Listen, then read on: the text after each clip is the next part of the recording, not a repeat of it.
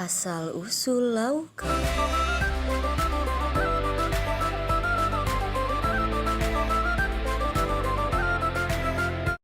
Karena hari ini akan ada pesta adat, jadi ibu tidak mau masak ya. Nanti kita makan di sana. Si ibu juga mengantarkan teh hangat untuk ibu mertuanya, yakni Nenek Duma. Hari ini ibu di rumah sendiri ya. Saya dan yang lainnya akan pergi ke pesta adat. Oh, Nenek Duma pun terlihat antusias. Pesta adat akan dilaksanakan hari ini. Pasti menyenangkan sekali. Nenek Duma seketika terbayang akan masa lalunya. Aku merindukan saat-saat indah itu.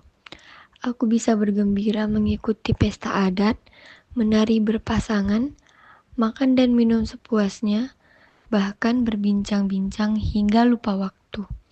Sayangnya, sekarang kakiku lumpuh dan tidak bisa menikmati pesta lagi.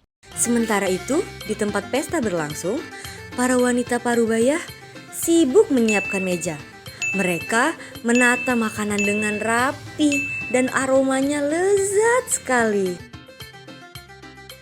Sebelum pesta dimulai, ketua adat pun memberikan sambutan terlebih dahulu. Saya mengucapkan terima kasih kepada Tuhan yang telah memberikan tanah subur bagi desa Kawar hasil panen tahun ini.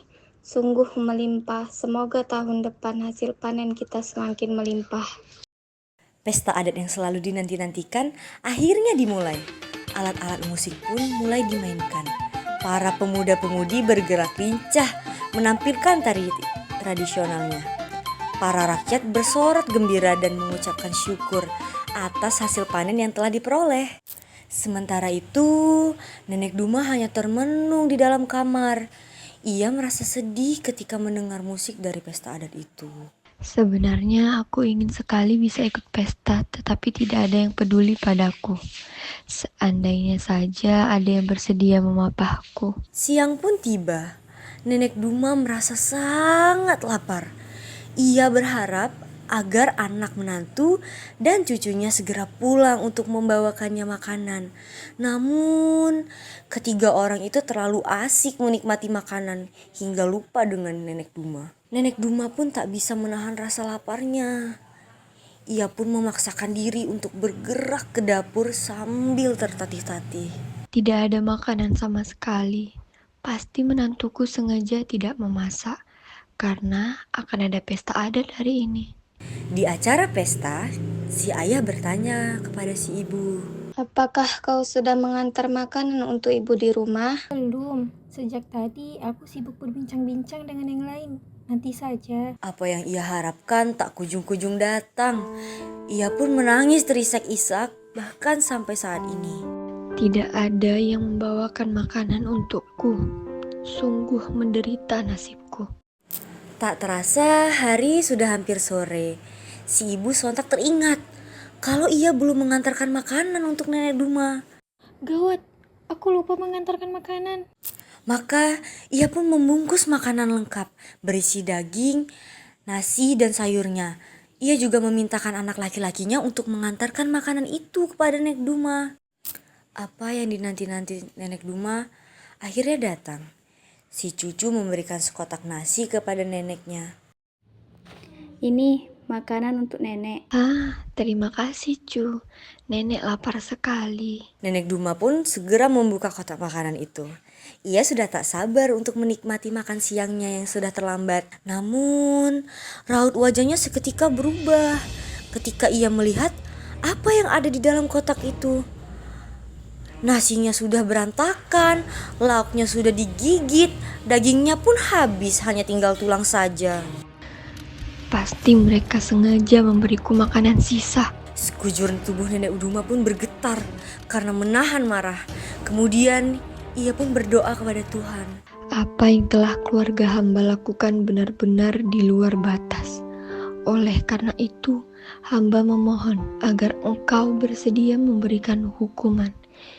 Hukuman yang setimpal bagi keluarga hamba yang telah menelantarkan hamba. Si anak laki-laki hendak kembali ke tempat pestanya. Di sepanjang jalan, ia bergumam sendiri. Oh, aku tidak sengaja menghabiskan nasi milik nenek.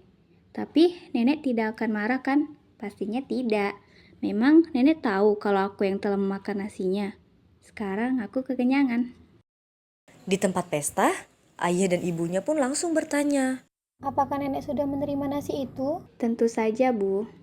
Baiklah, terima kasih, Nak. Ayo kita lanjutkan pesta sampai malam. Selagi nenek sudah menerima makanan, tentu tidak akan ada masalah. Tiba-tiba saja, langit yang awalnya cerah menjadi bergemuruh. Di saat yang bersamaan, terjadi gempa bumi yang hebat.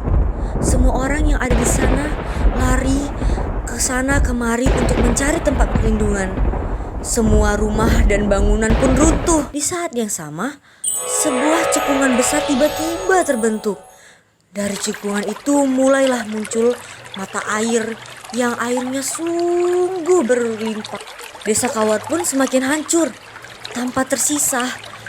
Lama-lama, cekungan yang berisi air itu, airnya semakin banyak dan cekungannya pun semakin melebar, hingga terbentuklah sebuah danau.